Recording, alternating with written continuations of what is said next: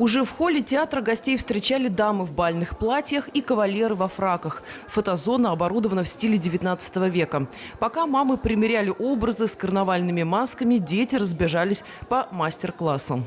Я мастерю цветик-семицветик. Из бумаги, из клея, ножниц, фломастеров и цветной бумаги. Я подарю своей маме. Цветик-семицветик. Что он будет вам приносить? Радость. Это же сделано руками ребенка. А за столиком напротив ребята мастерили портреты своих мам.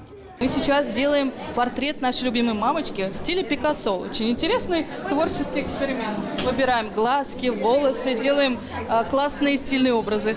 Театральный фестиваль «Театр Мамы Я» в День матери был организован впервые. В его реализации приняли участие театр кукол «Сюэнэч», театр исторического бального танца «Романеско» и мастера рукоделия. Всех с праздником, всех мам. Пользуясь случаем, хочу поздравить с Днем матери. Мамочка – это же самое святое в жизни для каждого из нас.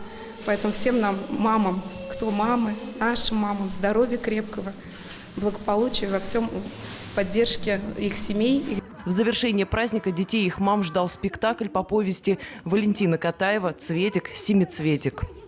Лишь коснешься ты земли, быть по-моему вели. Вели, чтобы я сейчас же была на Северном полюсе.